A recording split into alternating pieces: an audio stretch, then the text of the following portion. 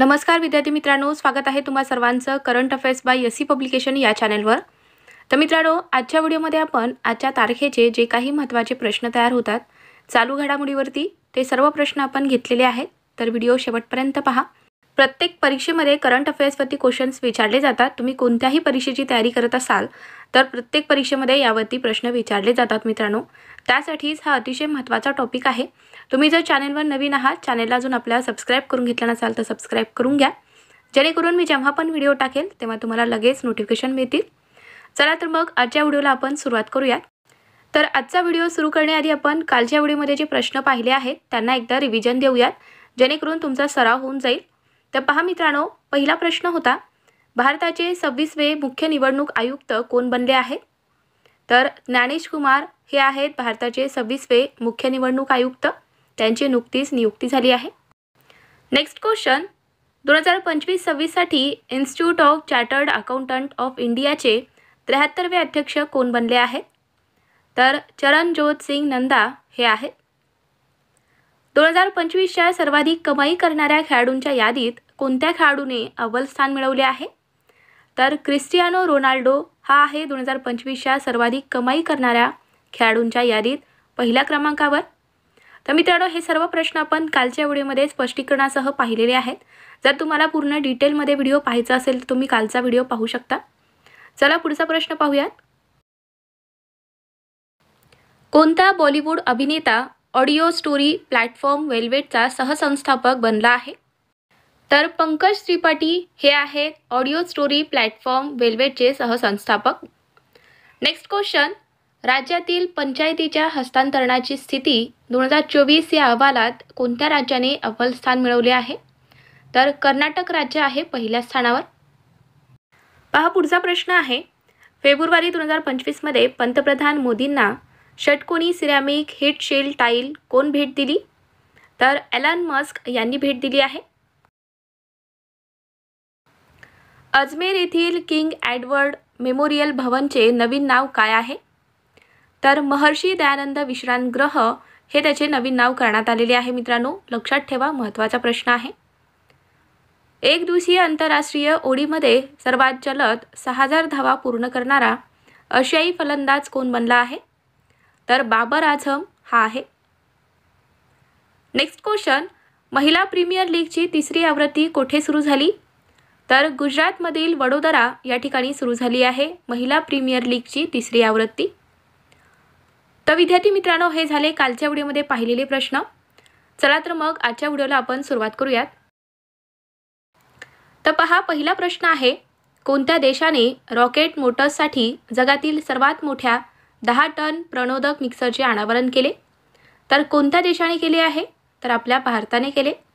पहा मित्रांनो, फेब्रुवारी 2025 मध्ये भारताने रॉकेट मोटर्ससाठी जगातील सर्वात मोठ्या 10 टन प्रणोदक मिक्सरचे अनावरण केले आहे।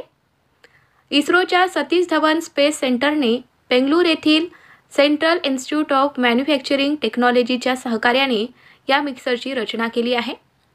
तर या मिक्सरचे वजन आहे 150 टन आणि त्याची उंची आहे 8.7 मीटर, लांबी आहे 5.4 मीटर आणि रुंदी आहे 3.3 मीटर। तर लक्षात ठेवा। पहा मित्रांनो, इथे इस्रोचा उल्लेख झालेला आहे। तर इस्रोची स्थापना कधी झाली? तर 15 ऑगस्ट 1969ला झाली आहे। मुख्यालय कुठे आहे? तर बेंगळुरू कर्नाटक या ठिकाणी आहे। आणि इस्रोचे सध्याचे अध्यक्ष कोण आहेत? तर डॉक्टर व्ही नारायणन हे आहेत। तर लक्षात ठेवा ही संपूर्ण माहिती। आंतरराष्ट्रीय बाल कर्करोग दिन 2025 कधी साजरा करण्यात आला? तर 15 फेब्रुवारी या दिवशी। पहा मित्रांनो, आंतरराष्ट्रीय बाल कर्करोग दिन आपण दरवर्षी 15 फेब्रुवारी या दिवशी साजरा करतो। या दिवसाचा उद्देश काय आहे नेमका? तर बालपणातील कर्करोगाविषयी जागरूकता वाढवणे, कुटुंबांना मदत करणे आणि चांगल्या उपचारांना प्रोत्साहन देणे हा याचा मुख्य उद्देश आहे। 78व्या ब्रिटिश अकादमी फिल्म अवॉर्ड्समध्ये सर्वोत्कृष्ट चित्रपटाचा पुरस्कार कोणाला मिळाला? तर कॉन्क्लेव्ह या चित्रपटाला मिळाला आहे। पहा मित्रांनो, ब्रिटिश अकादमी चित्रपट पुरस्कार सोहळ्याची 78वी आवृत्ती ही साऊथ बँक सेंटर लंडन येथे आयोजित करण्यात आली होती आणि यामध्ये सर्वोत्कृष्ट चित्रपटाचा पुरस्कार हा कॉन्क्लेव्ह या चित्रपटाला मिळाला आहे, लक्षात ठेवा. RBIने किती रुपयाच्या नवीन नोटाची घोषणा केली आहे, ज्यावर नवीन गव्हर्नर संजय मल्होत्रा यांची स्वाक्षरी असणार आहे? तर पहा मित्रांनो, 50 रुपयाच्या नवीन नोटाची घोषणा करण्यात आलेली आहे. पहा मित्रांनो, रिझर्व्ह बँक ऑफ इंडिया म्हणजेच RBIने 50 रुपयांच्या नवीन नोटा जारी करण्याची घोषणा केली आहे, ज्यावर नवनियुक्त गव्हर्नर संजय मल्होत्रा यांची स्वाक्षरी असणार आहे. तर इथे पहा मित्रांनो, RBIचा उल्लेख झालेला आहे. तर RBIचे मुख्यालय कुठे आहे, तर मुंबई महाराष्ट्र या ठिकाणी आहे. त्याची स्थापना ही 1 एप्रिल 1935ला झाली आहे. पहा मित्रांनो, यावरती परीक्षेमध्ये प्रश्न येऊ शकतो, त्यासाठीच आपण त्याची संपूर्ण माहिती इथे घेतलेली आहे. कोण आहेत सध्या गव्हर्नर RBIचे, तर संजय मल्होत्रा हे आहेत. मुख्यालय कुठे आहे, तर मुंबई महाराष्ट्र या ठिकाणी आहे. स्थापना त्याची 1 एप्रिल 1935ला झाली आहे, लक्षात ठेवा. प्रथम गव्हर्नर कोण होते RBIचे, तर सर ओसबॉर्न स्मिथ हे होते.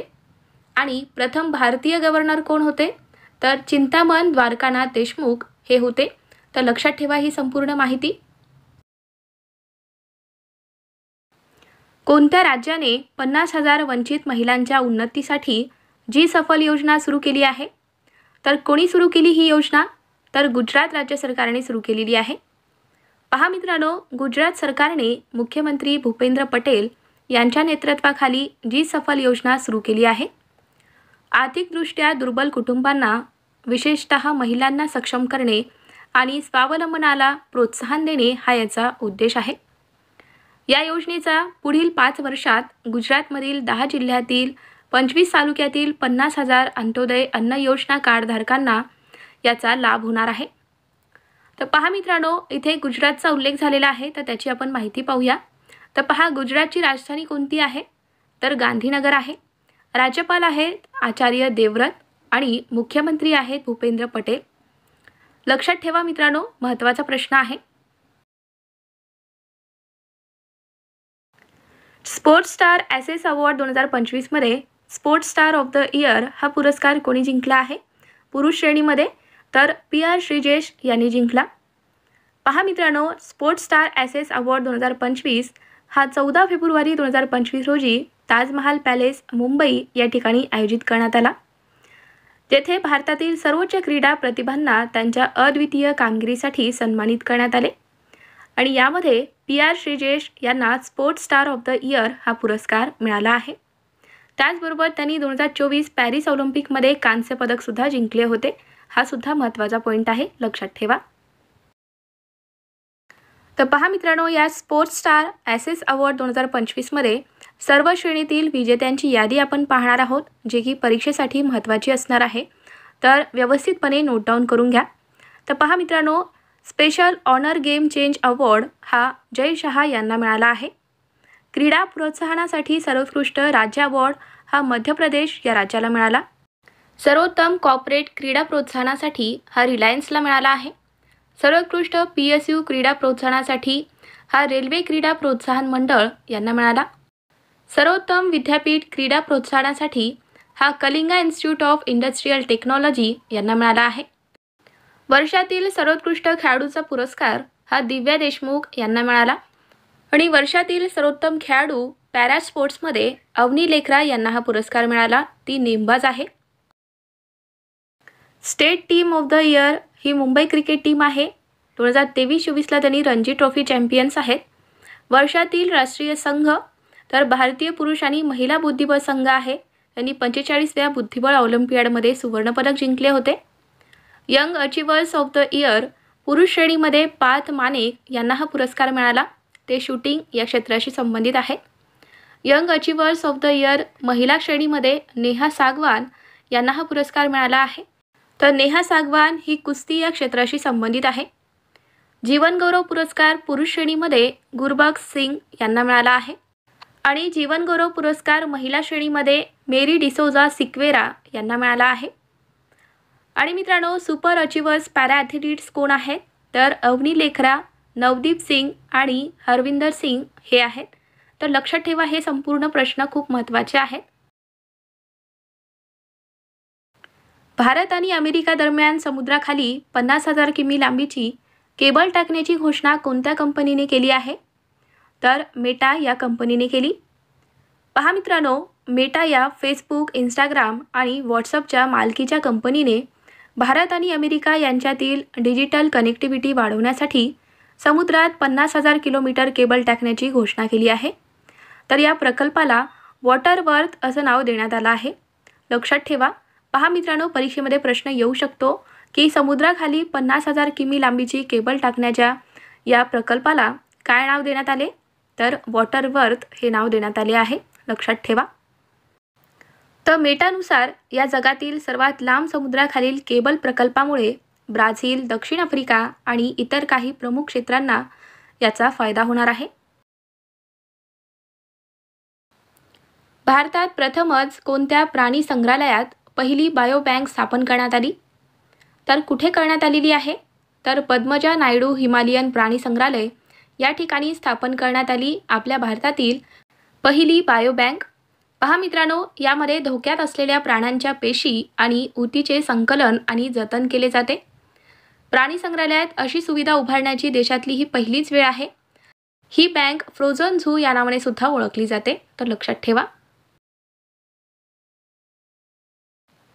महाराष्ट्र सरकारने लव जिहाद विरोधी कायदा करण्यासाठी कोणाच्या अध्यक्षतेखाली अभ्यास समिती स्थापन केली? तर राज्याचे पोलीस महासंचालक यांच्या अध्यक्षतेखाली अभ्यास समिती स्थापन केली आहे. तर कोण आहेत आपल्या महाराष्ट्र राज्याचे पोलीस महासंचालक? तर रश्मी शुक्ला या आहेत. पहा मित्रांनो, महाराष्ट्रात देवेंद्र फडणवीस सरकारनं लव जिहाद आणि फसवणूक करून किंवा बलपूर्वक धर्मांतर रोखण्याच्या अनुषंगानं कायदेशीर अभ्यास करण्यासाठी विशेष समिती नेमली आहे. तर महाराष्ट्र सरकारने या मुद्द्यावर राज्याच्या पोलीस महासंचालकाच्या नेतृत्वाखाली 7 सदस्यांची समिती नेमत कायदेशीर बाबीचा अभ्यास करण्याची जबाबदारी समितीवर सोपवली आहे. तर लक्षात ठेवा, खूप महत्त्वाचा प्रश्न आहे हा. तर विद्यार्थी मित्रांनो, हे झाले आजचे महत्त्वाचे प्रश्न. तुम्हाला आपला हा व्हिडिओ कसा वाटला? व्हिडिओ आवडला असेल तर व्हिडिओला लाईक करा, शेअर करा. तुम्ही चॅनलवर नवीन आहात, चॅनलला अजून आपल्या सबस्क्राईब करून घेतला नसाल तर सबस्क्राईब करून घ्या. कारण मित्रांनो, आपण डेली करंट अफेअर्सवरती व्हिडिओ घेत असतो जे की प्रत्येक परीक्षेसाठी महत्त्वाचे असतात आणि सर्व प्रश्न आपण स्पष्टीकरणासह पाहत असतो, जेणेकरून तुम्हाला त्याची संपूर्ण माहिती मिळावी. म्हणूनच मित्रांनो, आत्ताच चॅनलला आपला सबस्क्राईब करून घ्या, जेणेकरून मी जेव्हा पण व्हिडिओ टाकेल तेव्हा तुम्हाला लगेच नोटिफिकेशन मिळतील. आणि व्हिडिओला लाईक करून टाका पटकन. चला तर मग भेटूयात पुढच्या व्हिडिओमध्ये. थँक्यू.